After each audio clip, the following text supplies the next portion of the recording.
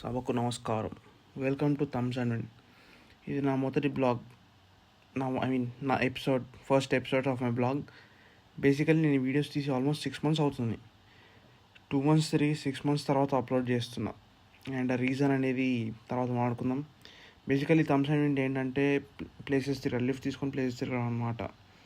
And నా first initial lift వచ్చేసి mister Bheemulapalli Venkat Sai గారు, నా ఫ్రెండు.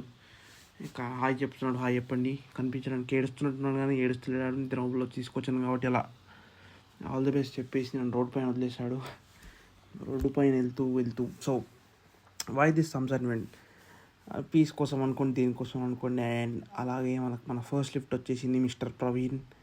నేను ఎక్కడికి వెళ్తున్నాను, ఏం చేస్తున్నాను అడగకుండా నా కోసం ఫుడ్ రెస్ట్ ఓపెన్ చేసిండు.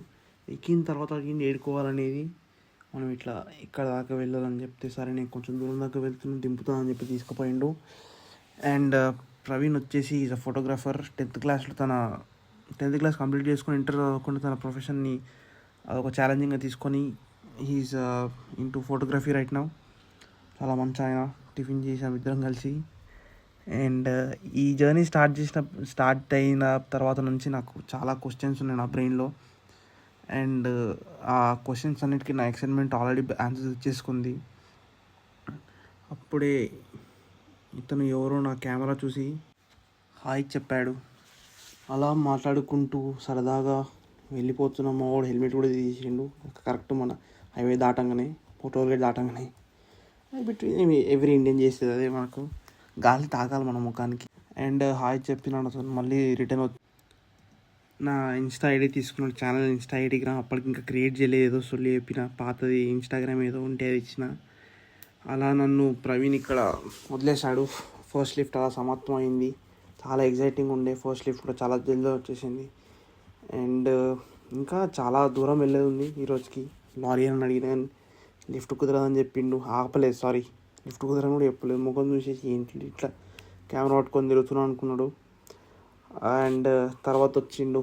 అండ్ నాకు ఈయన పేరు గుర్తులేదు, ఐఎమ్ సో సారీ సీరియస్లీ. కానీ తనతో గడిపిన మూమెంట్స్ అయితే చాలా బాగా గుర్తున్నాయి. He was going till Hanamkonda.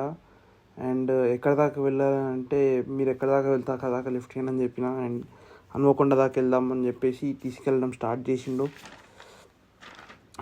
And అలా నా సెకండ్ లిఫ్ట్ కూడా స్టార్ట్ అయిపోయింది.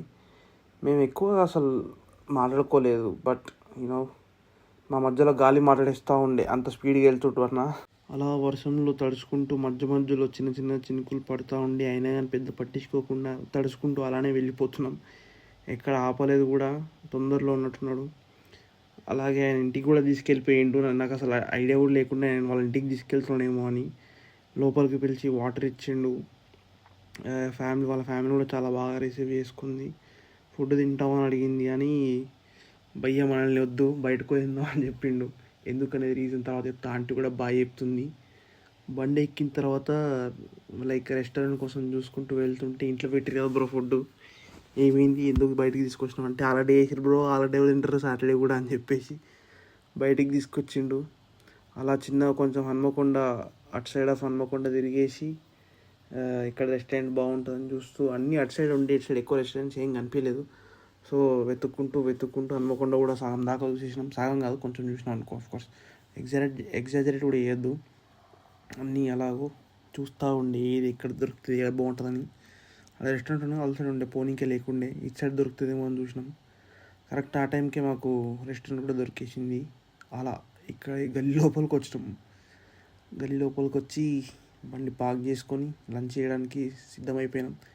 ఫస్ట్ టైం స్ట్రేంజర్తో లంచ్ షేర్ చేసుకున్నా, which was very good actually. నా ప్లాన్స్ గురించి అడిగిండు, చెప్పిన ఇట్లా వేయాలి, ఇటు పోవాలని, which was very good. And అలా నన్ను ఇక్కడ దింపేశాడు రోడ్డు మీద. గుడ్ బై కూడా అయిపోయింది, అన్నీ అయిపోయినాయి. సో మన నెక్స్ట్ లిఫ్ట్ ఎక్కడ దొరుకుతుంది, ఎవరు ఇస్తారా అని వెతుక్కుంటూ చూస్తూ ఉంటే, నెక్స్ట్ ఈ అన్న కూడా మన బండి ఆపేశాడు మన కోసం. ఎటో వెళ్తున్న టైల్సా పట్టుకోవచ్చున్నాడు, కారు పోయటం ఇట్లా ఆపినట్టున్నాడు మన కోసం. అలా ఎక్కేసి ఎక్కువ దూరం ఏం పోలేదు, మేము ఎక్కువ మాట్లాడలేదు కూడా. బట్ కొంచెం దూరం దాకానే పోయిండే. ఈ బ్రిడ్జ్ ఎక్కి దిగినాం అంతే, దింపేసిండు అక్కడ దాకా. అండ్ లాస్ట్లో దిగేటప్పుడు కూడా తక్కువ దూరం వచ్చిన ఏమనుకోకనంటే, ఏం కాదు బ్రో, కిలోమీటర్ ఇచ్చిన 2 కిలోమీటర్ ఇచ్చిన పని ఏమంటారు, మనకంత పట్టింపులు ఏం లేవు, ఎంతవరకు పోతే అంతవరకు దింపారు, అదే మస్తు ఎక్కువ అనుకున్నా. ఆ తర్వాత ఈ అన్న గిడి దాకినే పోతున్నా అని చెప్పి తీసుకుపోయిండు. జస్ట్ పక్కనే అనుకున్నా నేను కూడా, తిప్పి కొడితే 30 కిలోమీటర్ దాకా తీసుకుపోయిండు అన్న ఆడ. అండ్ మధ్యలో క్యాబ్ కూడా పడేసుకున్నా, క్యాబ్ మళ్ళీ వెనకాలకి వచ్చి క్యాబ్ తీసుకున్నాం. అలా ఈ అన్న ఏదో లోన్సా ఏదో వేస్తుండే, నాకు అంత ఐడి గుర్తు లేకుండా, ఎందుకంటే 6 months అయింది కాబట్టి I don't know what he was doing. But lift అయితే దొరికింది ఒక 30 కిలోమీటర్లు. కింద ఆల్రెడీ వాసిపోతుండే, if you know bag 15 kg ఉండే ఆల్మోస్ట్. ఆ 15 kg బ్యాగ్ వెనకాల వేసుకొని పోతూ పోతూ పోతూ వర్షం కూడా బీభత్సంగా పడుతుండే, అదేందో ఏమో దరిద్రం. అండ్ ఇక్కడ దాకానే వెళ్తున్నా, ఇక్కడ నుంచి ఊరు లోపలికి వెళ్తాను, ఏమంటారు నీ ప్లేస్ నువ్వు చేరుకోవాలంటే ఎటు పోవాలని చెప్పిండు. సో అలా స్టార్ట్ అయిపోయి వర్షం ఆల్రెడీ మీకు తెలుస్తుంది తడిగా ఉందని. అండ్ ట్రాక్టర్ బై బండి ఆపుతున్నాం అనుకున్నాను, ఆపలేదు. ఇంకా చూద్దాం, ముందర చాలా ఉంది. ఆల్రెడీ 3 లిఫ్ట్ బాగానే దొరికినాయి, 3 కాదు యాక్చువల్లీ 4-5 లిఫ్ట్ దొరికినాయి, చిన్న చిన్న దొరికినాయి కాబట్టి పెట్టలేకపోయినా. అండ్ నడుచుకుంటూ వెళ్ళిన మధ్యలో ఇంకొక అన్న ఇప్పుడు లిఫ్ట్ ఇచ్చిండు. అదేదో ఊరు నాకు గుర్తులేదు ఊరి పేరు, కానీ వర్షం మాత్రం బీభత్సంగా అసలు పడుతుంది ఆగుతుంది. బ్యాగ్ అంతా పచ్చి అయిపోయింది, ఆల్రెడీ డేంజర్ పచ్చి అయిపోయింది. లోపల బట్టలు ఏమైనా రాత్రి తెలుస్తుంది ఏమైంది అనేది. ఆ తర్వాత ఈ అన్న తీసుకొచ్చి ఈ ఊర్లో దింపేసి ఇక్కడ బస్ స్టాండ్ ఉంది, పోయి బస్సు ఎక్కుపో ప్రశాంతంగా పోతాం అన్నాడు. కానీ అన్నకేం తెలుసు మనం ఇట్లా లిఫ్ట్ తీసుకొని పోవాలి, ఎడ్డులం కదా అని చెప్పేసి. అండ్ ఆ తర్వాత ఈ ఊరికి వచ్చినప్పటికించి ఒక్క లిఫ్ట్ ఇవ్వలేదు, ఎందుకంటే అందరు అక్కడక్కడనే తిరుగుతారు కాబట్టి ఎవరు దూరం పోయేటోళ్ళు ఉండరు. చాలా పెద్ద మిస్టేక్ చేసిన అనిపించింది యాక్చువల్లీ. ఇంకా నడుస్తాం ఇంకేం చేస్తాం అని చెప్పేసి ఒక 5 kilometers నడిచింట ఊరు బయట దాకా. అండ్ అప్పుడు బొమ్మ కనిపించేసింది ఇట్లా, ఈ థమ్స్ అండ్ విన్ అనేది నాట్ ఓన్లీ ఫర్ లిఫ్ట్ తీసుకొని వెళ్ళడం ఒకటే కాదు, నడుచుకుంటూ కూడా వెళ్ళాలని. అలా ఊరు బయటకు వచ్చేసా. ఇది భద్రాచలం వెళ్ళే రూట్, మనం వెళ్ళాల్సిన రూట్ ఫస్ట్ లొకేషన్ భద్రాచలం అనమాట. ఈ లారీ అన్న లిఫ్ట్ ఆడగానే బండి బాగానే ఆపిండు, నీ అమ్మ లిఫ్ట్ ఇస్తుండేమో అనుకున్నా మంచిగా. కాకపోతే ఎక్కడి దాకా పోతున్నావు, ఏం చేస్తున్నావు, ఏడుకోవాలని చెప్పేసి క్వశ్చన్లు అడిగిండు. కథం అటుకైనట్టు పరారు అయిపోయాడు. ఏమైంది కూడా చెప్పలేదు, ఇక అని కూడా చెప్పలేదు. తర్వాత వెంకటేశ్వర వచ్చిండు, ఫార్మర్ ఎక్కడికో వెళ్తున్నట్టున్నాడు. కింద చెప్పులు కూడా వేసుకోలేదు, అట్లే బురద మట్టితోటి బండి ఎక్కేసి నన్ను ఎక్కించుకున్నాడు.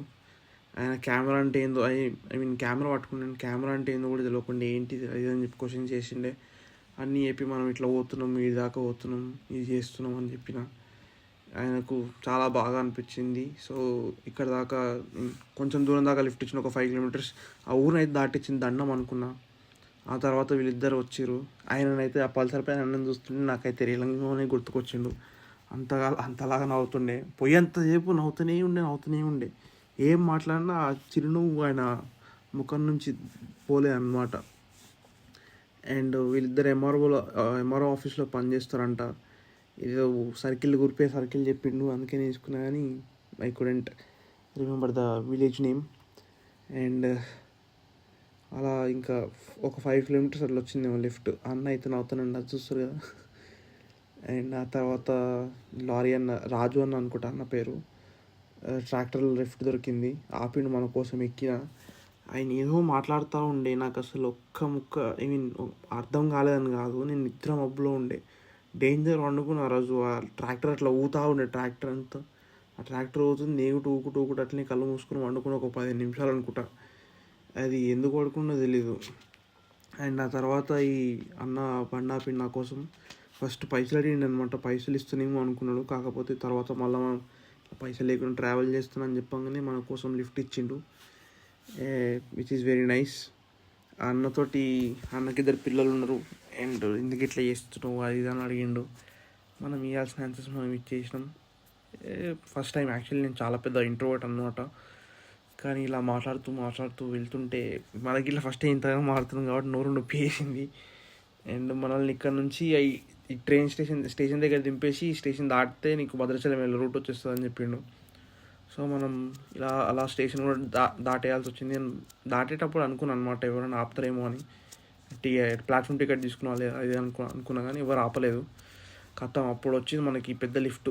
అన్న నా కోసం రోడ్డు మధ్యలో లారీ ఆపిండు. నాకేమో టెన్షన్ అవుతూ ఉండే, ఎప్పుడు లారీ ఎక్కలేదు, బ్యాగ్ వేయలేదుండే, ట్రాఫిక్ జామ్ అయింది నా గురించి అని అనుకుండే. కానీ అట్లా ఇట్లా దాటేసినాం, ఎక్కేసి వెళ్తున్నాం.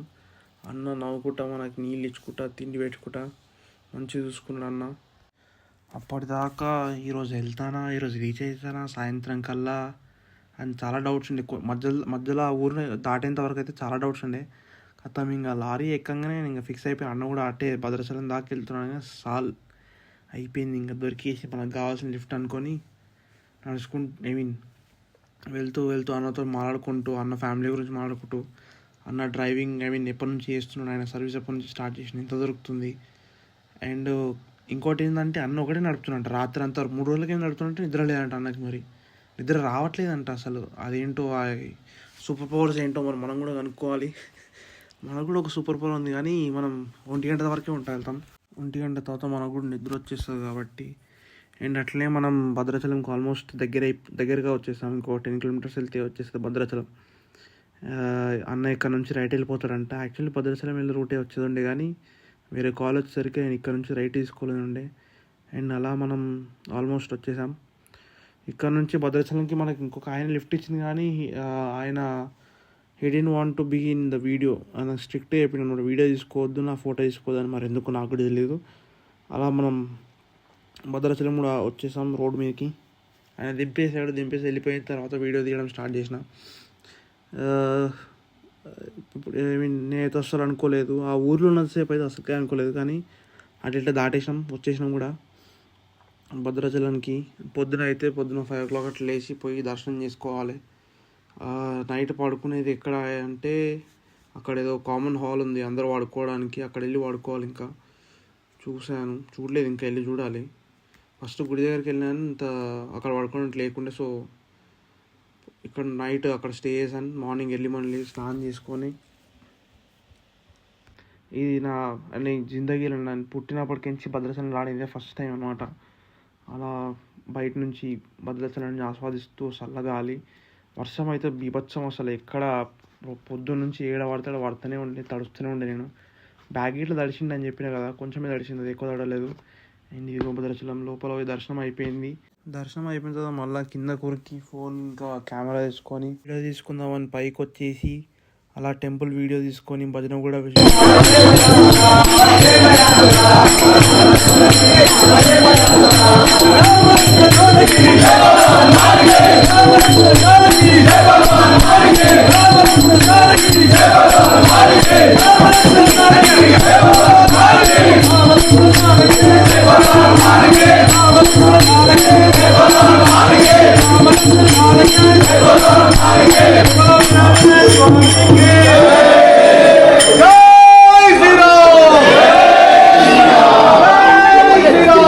ఫస్ట్ ఎపిసోడ్ కంప్లీట్ చేసుకొని, ఫస్ట్ డెస్టినేషన్ కంప్లీట్ చేసుకొని టిఫిన్ తింటున్నా. టిఫిన్ పైసలు ఉన్నాయి అంటే రాత్రి కూడా తినలేదు కాబట్టి ఇంకా నాకు తప్పలేదు.